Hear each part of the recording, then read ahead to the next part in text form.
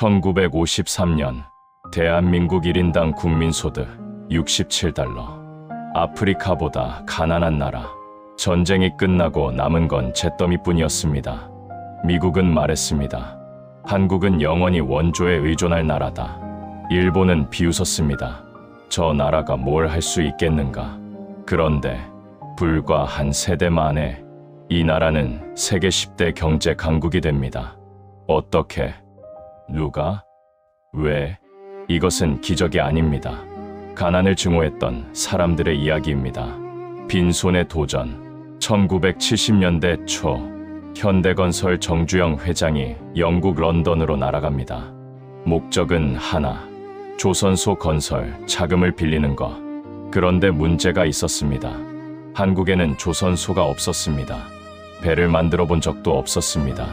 담보도, 기술도, 실적도 없었습니다. 바클레이스 은행 회의실. 영국 금융가들이 정주영을 바라봅니다. 그들의 눈빛은 분명했습니다. 이 사람이 뭘 할 수 있겠어? 그때 정주영이 주머니에서 뭔가를 꺼냅니다. 500원짜리 지폐 한 장. 그 지폐 뒷면에는 거북선이 그려져 있었습니다. 이것을 보십시오. 우리 민족은 이미 수백 년 전에 철갑선을 만들었습니다. 세계 최초입니다. 그런 민족이 배를 못 만들겠습니까? 회의실이 침묵했습니다. 그리고 차관이 승인됩니다. 아직 조선소 터도 닦지 않은 상태에서 배 수주를 먼저 받고 그 계약서를 들고 돈을 빌린 겁니다. 상식적으로는 말이 안 되는 일이었습니다. 그런데 정주영에게 물어보면 이렇게 답했을 겁니다. 해봤어? 1968년 박정희 대통령이 선언합니다. 서울에서 부산까지 고속도로를 만들겠다. 428km, 공사비 430억 원. 당시 국가 예산의 23%, 세계은행이 반대했습니다. 경제성이 없다. 한국이 고속도로를 100년은 걸릴 것이다. 그런데 착공부터 완공까지 단 2년 5개월.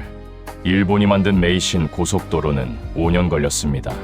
한국은 그 절반도 안 되는 시간에 해냈습니다. 밤에도 공사를 멈추지 않았습니다. 군 장비가 투입되었고 노동자들은 교대 없이 삽을 들었습니다. 1970년 7월 7일 경부고속도로 개통. 그 도로 위를 달리기 시작한 트럭들이 대한민국 경제의 혈관이 되었습니다. 이게 한국의 저력입니다. 비웃던 자들이 입을 다문 순간이었습니다. 1963년 독일행 비행기에 젊은이들이 올랐습니다. 광부 247명, 간호사 128명. 그들은 왜 독일로 갔을까요? 답은 하나였습니다. 돈, 아니, 더 정확히 말하면 가족을 먹여 살리기 위해서. 광부들은 지하 1000m 탄광으로 내려갔습니다. 숨이 막히는 먼지, 허리를 펼 수 없는 갱도. 하루 8시간 곡괭이를 휘둘렀습니다. 간호사들은 독일 병원에서 환자의 대소변을 치우고 밤새 복도를 뛰어다녔습니다. 독일어를 못해서 눈치로 일을 배웠습니다. 그들이 보낸 월급, 한 사람당 월 200에서 300마르크, 푼돈이었습니다. 하지만 그 푼돈이 모이고 모여서 대한민국 경제의 첫 번째 마중물이 되었습니다. 1964년 12월 박정희 대통령이 독일을 방문합니다. 한메른 탄광에서 광부들을 만난 자리. 대통령이 연설을 시작합니다. 그런데 말을 잇지 못합니다. 목이 메었습니다. 그 순간 광부들이 울기 시작합니다. 간호사들이 울기 시작합니다. 대통령이 울었습니다. 전부 다 울었습니다. 독일인 관계자들도 울었다고 합니다. 무슨 말인지 못 알아들었지만 그 울음의 무게는 알 수 있었을 겁니다. 그날 독일 언론은 이렇게 보도했습니다. 가난한 나라의 대통령과 국민이 서로를 붙잡고 통곡했다. 1970년대 중반 중동의 건설 붐이 일었습니다.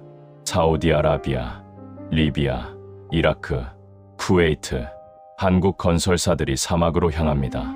현대, 대우, 삼성, 한양, 그리고 수만 명의 노동자들. 섭씨 50도. 모래바람이 살을 깎았습니다. 물은 배급제였습니다. 그늘 한 점 없는 사막에서 하루 12시간, 14시간 일했습니다. 크리스마스에도 집에 못 갔습니다. 추석에도 집에 못 갔습니다. 전화 한 통 하려면 몇 시간을 기다려야 했습니다. 밤이면 가족 사진을 꺼내 봤습니다. 아이가 태어났다는 소식을 편지로 받은 아버지, 아이 첫걸음을 사진으로만 본 아버지, 그런 아버지들이 수만 명이었습니다. 그들이 벌어온 달러, 1977년 한 해에만 중동 건설 수주 100억 달러. 그 돈이 대한민국의 뼈대를 세웠습니다. 사람이 할 짓이 아니라고들 했습니다. 맞습니다. 보통 사람이 할 짓은 아니었습니다. 하지만 우리 아버지들은 했습니다. 리비아 사하라 사막, 이 사막 지하 500m에 거대한 지하 수맥이 있었습니다. 리비아 정부의 계획은 미친 것이었습니다. 이 물을 끌어올려 사막을 녹지로 만들겠다. 세계 8대 불가사의라 불린 공사, 직경 4m짜리 콘크리트 파이프를 수천 킬로미터 깔아야 했습니다. 유럽 업체들이 손을 들었습니다. 이건 불가능하다. 한국 건설사가 나섰습니다. 동아건설이었습니다. 섭씨 55도의 사막에서 한국 기술자들이 파이프를 깔기 시작합니다. 모래 폭풍이 불면 장비가 묻혔습니다. 파내고 다시 깔고 또 묻히고 또 파냈습니다. 그리고 해냈습니다. 사막 지하에 바다를 만들었습니다. 리비아 정부가 말했습니다. 한국인들은 정말 대단하다. 전 세계가 경악했습니다. 한국인들은 담담하게 말했습니다. 빌린 돈 갚으러 왔습니다. 철강, 근대 산업의 뼈대입니다. 철 없이는 배도, 차도, 다리도 만들 수 없습니다. 1960년대 말, 대한민국은 철을 만들 수 없었습니다. 기술도, 자본도, 경험도 없었습니다. 세계은행의 차관을 요청했습니다. 거절당했습니다. 한국 같은 나라가 제철소를 불가능하다. 일본의 기술 이전을 요청했습니다. 역시 거절. 한국에는 아직 이릅니다. 그때 한 남자가 나섭니다. 박태준. 그는 일본에서 거절당하고 돌아온 뒤 포항 앞바다를 바라보며 말합니다. 실패하면 우양우에서 저 바다에 빠지자 목숨을 건 겁니다. 빈말이 아니었습니다. 1968년 4월 1일 포항종합제철 착공, 일본의 중고 설비를 들여왔습니다. 기술은 독학으로 배웠습니다. 기술자들은 밤새 일본어 기술 문서를 번역하며 한 장 한 장 배워나갔습니다. 1973년 첫 쇳물이 쏟아집니다. 박태준은 그 쇳물을 바라보며 울었다고 합니다. 오늘날 포스코는 세계 6위 철강 기업, 바다에 빠지겠다던 남자가 만든 기적입니다. 1983년 2월 삼성그룹 이병철 회장이 도쿄에서 기자회견을 엽니다. 삼성이 반도체 사업에 진출하겠습니다. 일본 기자들이 웃었습니다. 공장도 없고 기술자도 없고 설비도 없는 나라에서 세계에서 가장 정밀한 반도체를 만들겠다고? 미국도 콧방귀를 뀌었습니다. 삼성, 가전이나 만드는 회사 아닌가? 이병철 회장은 흔들리지 않았습니다.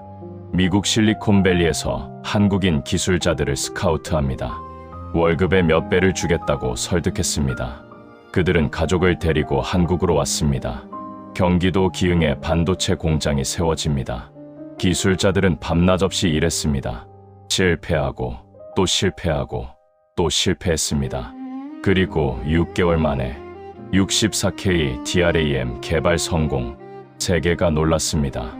어떻게 이렇게 빨리? 이병철은 여기서 멈추지 않았습니다. 256K, 1M, 4M, 16M, 64M 추격하고 따라잡고 추월했습니다. 1992년 삼성이 세계 최초 64M DRAM 개발, 드디어 세계 1위. 일본이 더 이상 웃지 않았습니다. 미국이 삼성을 경계하기 시작했습니다. 모두가 미쳤다 했던 그 도박이 대한민국의 미래를 바꿨습니다. 오늘날 반도체는 대한민국 수출의 핵심. 그 시작은 한 노인의 담대한 선언이었습니다. 다시 현대중공업 이야기입니다. 정주영이 500원으로 차관을 얻어낸 그 후 울산 미포만에 조선소를 짓기 시작합니다. 그런데 놀라운 일이 벌어집니다. 조선소를 짓는 동시에 배를 만들기 시작한 겁니다. 공장이 완공되기도 전에 배를 건조하고 있었습니다. 세계 조선 업계가 경악했습니다. 저건 비상식적이다. 설계도를 보면서 공장을 짓는 동시에 배를 만든다고? 맞습니다. 비상식적이었습니다. 그런데 그게 됐습니다. 1974년 6월 첫 번째 배 진수 26만 톤급 유조선 아틀란틱 발원. 일본이 10년 걸려 올라선 자리를 한국은 3년 만에 따라잡았습니다. 그 후로 한국은 세계 조선 1위 자리를 30년 넘게 지키고 있습니다. 비상식이 상식이 된 나라, 불가능이 가능이 된 나라, 그게 대한민국입니다. 파독 광부의 손에는 굳은 살이 박혀 있었습니다. 중동 건설 노동자의 얼굴은 모래바람에 갈라져 있었습니다. 정주영의 주머니에는 500원짜리 지폐 한 장이 있었습니다. 박태준은 바다에 빠질 각오를 했습니다. 이병철은 모두가 미쳤다는 도박을 했습니다. 그들은 모두 가난했습니다. 그리고 그 가난을 증오했습니다. 그 증오가 고속도로를 만들었습니다. 배를 만들었습니다. 철을 만들었습니다. 반도체를 만들었습니다. 사막의 바다를 만들었습니다. 대한민국은 기적의 나라가 아닙니다. 가난을 증오했던 사람들이 만든 나라입니다. 당신의 아버지가 만든 나라입니다. 당신의 어머니가 만든 나라입니다. 지금 이 영상을 보고 계신 당신, 혹시 그 시대를 살아오신 분이라면 당신이 바로 이 나라를 만든 사람입니다. 감사합니다.